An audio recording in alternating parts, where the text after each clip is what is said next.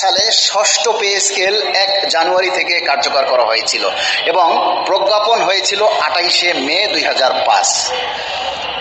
এই 2005-এর pay scale প্রথম 1 জানুয়ারি থেকে বেসিকের 75% এবং তার 6 মাস পর অর্থাৎ 1 জুলাই 2005 থেকে 25% সহ মূল বেসিক কার্যকর করা হয়েছিল এবং পরবর্তী অর্থবছর 2006 সালে সকল ভাতাসমূহ কার্যকর করা হয়েছিল। 2 ধাপে বিএনপি সরকার সেই পে স্কেল বাস্তবায়ন করেছিল।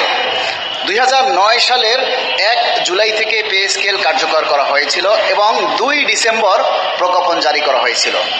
2 ধাপে 2009 সালের পে স্কেল বাস্তবায়িত হয়। প্রথম ধাপে মূল বেতন এবং দ্বিতীয় ধাপে সকল ভাতাসমূহ। আওয়ামী লীগ সরকার সেই পে স্কেল বাস্তবায়ন করেছিল। 2015 সালের পে স্কেল 1 জুলাই থেকে কার্যকর করা হয়েছিল। প্রজ্ঞাপন হয়েছিল 15ই ডিসেম্বর।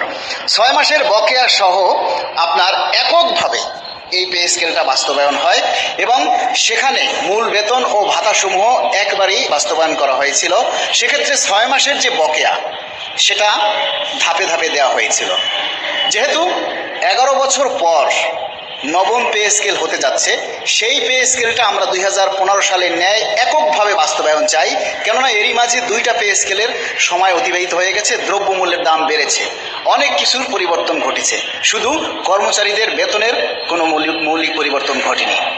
তাই আমরা এই বিএনপি সরকারের কাছে আমরা চাই অতীতের সকল সরকারের রেকর্ড ভঙ্গ করে আপনারা 2026 সালের পে স্কেল এককভাবে বাস্তবায়ন করুন এবং আর্থিক সংকট থাকলে সেক্ষেত্রে আমাদের গেজেট প্রকাশে যদি বিলম্ব হয়, সেই বিলম্বের মধ্যে বকেয়া যে টাকাটা আসবে সেটা প্রয়োজনে ধাপে ধাপে দেয়া যায়।